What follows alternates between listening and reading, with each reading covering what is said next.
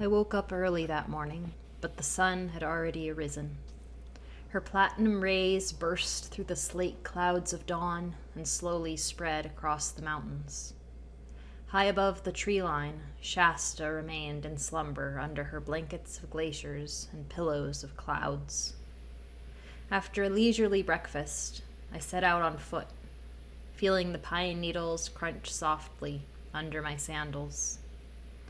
I didn't have anywhere to hurry to today. I paused on a log to listen to the forest for a while and do some morning stretches.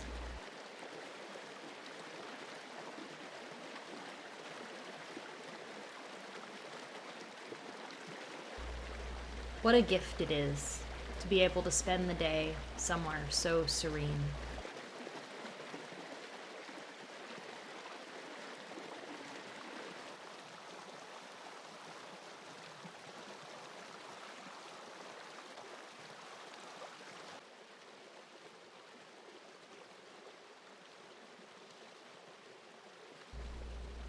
After taking a few more moments of appreciation, I continued following the stream.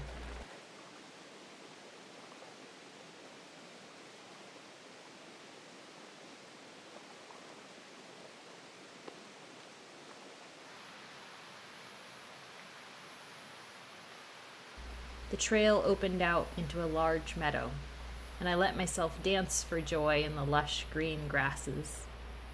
The sorrows in this world are so great, and happiness so fleeting.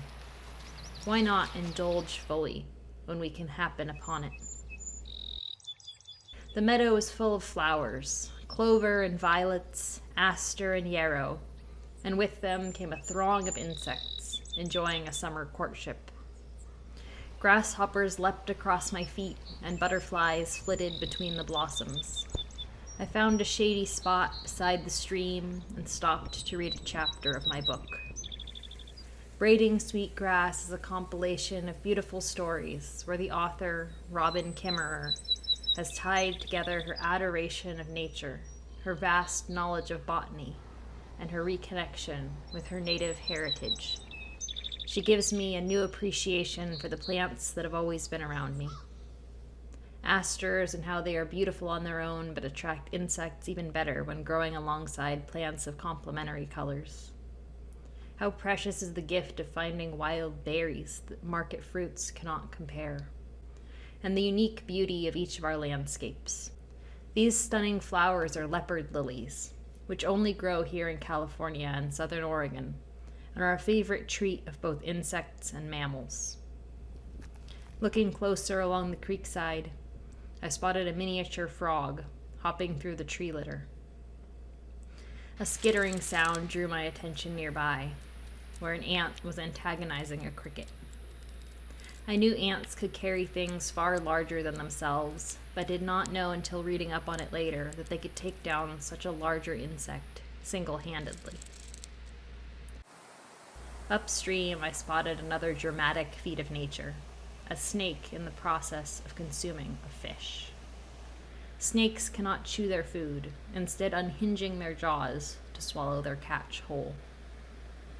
I ate my own lunch together with this snake, and while I wasn't rushed, I finished long before she did.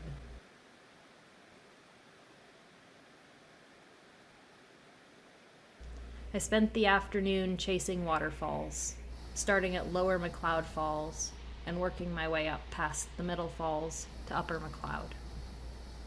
I passed some lakes on my way back and stopped to take a dip. Feeling refreshed, I headed back into the forest to catch the sunset from a rocky plateau. As with lakes that are formed by dams, this lovely view was also human-created. The hilltop had been blasted off for mining. The rocks used to line the road below I'd taken out to drive here. I heard stories that bears used to frequent this hill before they were scared off by encroaching civilization. Was the trade worth it? Regardless, the damage had already been done. Whether the lake has been around 1,000 years or created recently by damming, I will enjoy an afternoon swim. and whether this viewpoint is natural or artificially created. I will stop to appreciate the sunset painting colors once again on our majestic mountains of the West.